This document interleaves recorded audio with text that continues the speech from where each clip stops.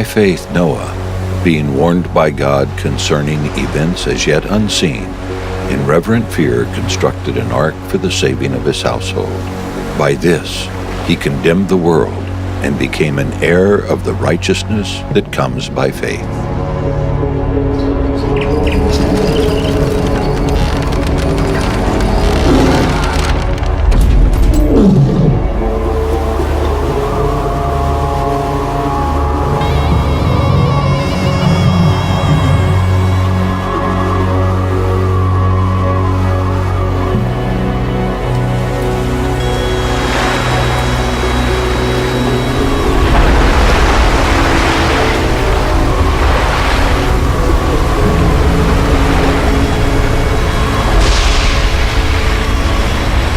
Welcome back to Noah, the man, the ark, the flood. So Noah and his sons set out to build the ark. Estimates run between 55 and 75 years for the work to be done. As we saw in that verse from Hebrews, Noah did all of it by faith, taking God at his word, convinced a flood was coming. But have you ever thought what Noah and his family anticipated? It says in that verse that they would face events as yet unseen. Noah was chosen to build the ark, so he obviously had his heart in the right place. He honored, he respected God. So during the time he was actually building the ark, it's hard for me to imagine that he wasn't telling everyone he could that there was trouble coming and they needed to be on board that boat. It must have been very difficult for Noah, given the fact that nobody else but Noah and his family are preserved in the flood. That means that nobody else listened. And he probably had to endure a lot of rejection, a lot of ridicule, and nobody listening to his message, basically, other than his own family. While they waited, they worked diligently. Plank by plank, the ark came closer to completion, adding its own silent witness to Noah's warnings that the dreaded flood was almost at hand. They gathered food for themselves and for all the animals that would be saved in that great ship. Then the final day came when the construction site just fell silent, and Noah and his family put away their tools. If they indeed hired workers outside the family, at this point, there was no hope for them. Then the Lord said to Noah, "Go into the ark, you and all your household, for I have seen that you are righteous before me in this generation. For in 7 days I will send rain on the earth, 40 days and 40 nights, and every living thing that I have made I will blot out from the face of the ground." And Noah did all that the Lord commanded him. Everything and everyone in that first world was on the verge of destruction, and no one knew it. As Jesus said, they were eating and drinking, marrying and giving in marriage until the day when Noah entered the ark, and they were unaware until the flood came and swept them all away. As the time drew near, as the clock counted down, the earth was being prepared to come apart at the seams. In the 600th year of Noah's life, on the 17th day of the second month, on that day all the springs of the great deep burst forth, and the floodgates of the heavens were opened. All the fountains of the deep bursting forth. That sounds pretty ominous. But what are the fountains of the great deep? Up to 90% of what comes out of a volcanic eruption is water in the form of steam. And we see these fountains on the ocean floor still today, hot water springs. These are remnants left over from what occurred during the flood. The fountains of the Great Deep represented where there were fractures that opened up in the Earth's crust. The outer skin of the Earth cracked and water came bursting from inside, so that you had these huge fountains, supersonic steam jets shooting up all around the globe. The water coming out, it was just been stupendous. It would have been absolutely terrifying for those who witnessed the event. Have you ever stood by Old Faithful? That geyser just builds up pressure and then finally blows. Imagine the earth opening up with millions of Old Faithfuls. Add to that water gushing up from below, the torrential rains falling for 40 days and 40 nights. Where'd all that water come from? You've got to understand that inside the earth there's still a lot of water. The scientists have discovered in the earth's mantle, which is under the outer skin, water molecules can get locked into the crystalline structure of the minerals inside the mantle, and they've estimated there's as much or more water still inside the earth than on the earth's surface. In the end, we may not know exactly how God brought forth all that water. But when He did, He unleashed the powerful forces of nature in the flood. The waters swept away every single bird, animal, and human on the earth.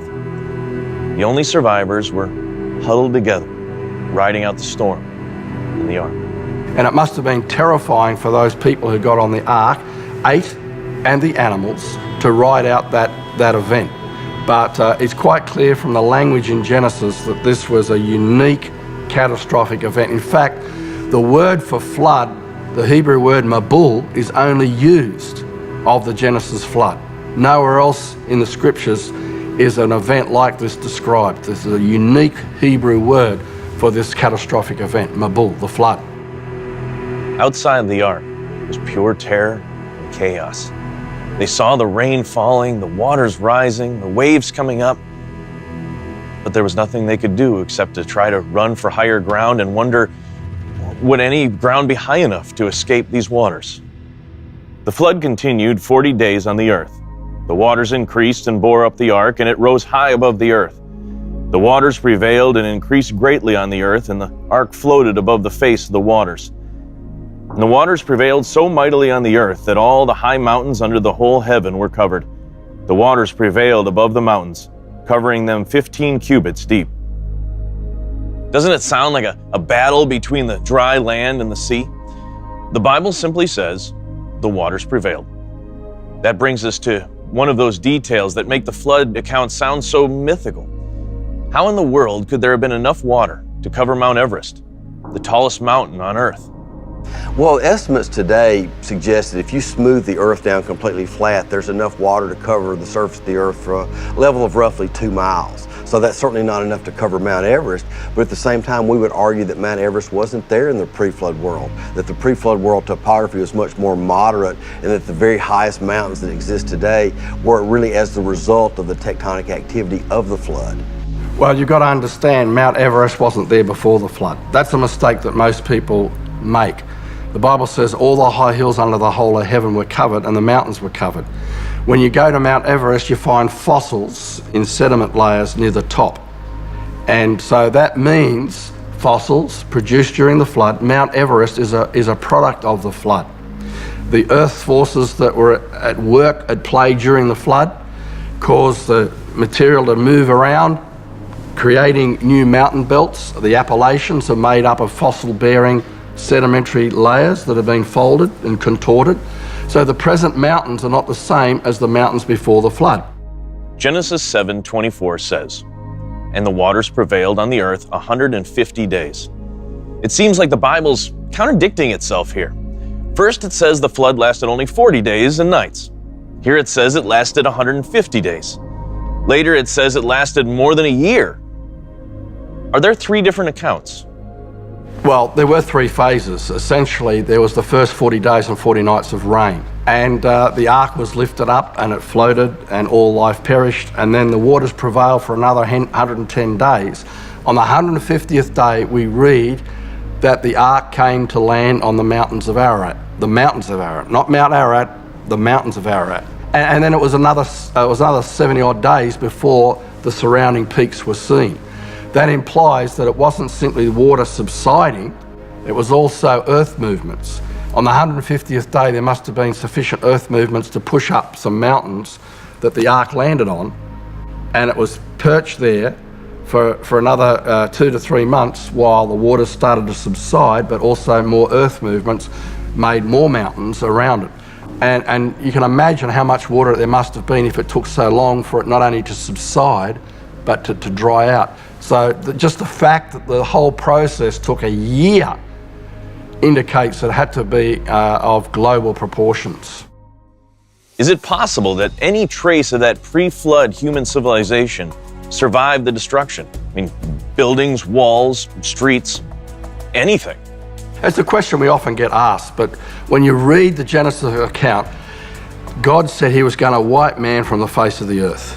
He was going to totally cleanse the earth because of man's sin. It was filled with violence. And so we would expect, based on what God said he was going to do and then what he described he did, that we wouldn't find any remains whatsoever of any pre-flood civilization. He wanted to judge the world and make everything start from scratch again. A new beginning, a new world. The account continues in Genesis 8, verse 1. And God made a wind blow over the earth, and the waters subsided. The fountains of the deep and the windows of the heavens were closed. The rain from the heavens was restrained, and the waters receded from the earth continually. That's Genesis 8, 1 through 3a. Where'd all that water go?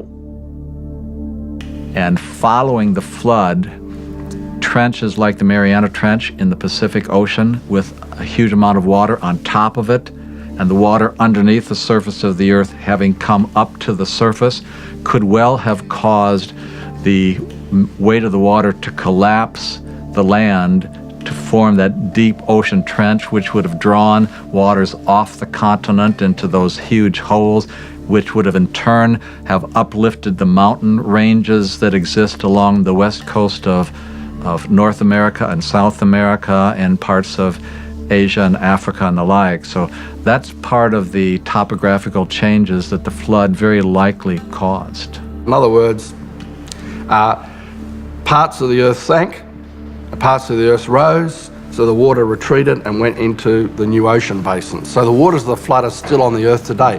In one sense, we could say that the earth is still recovering from the flood event. So there's Noah. He's built a massive ark. God has brought all animal kinds to him. He's survived massive destruction. And now he and his family sit in the ark. The world they left doesn't exist. In our next session, we'll find out just how much it changed.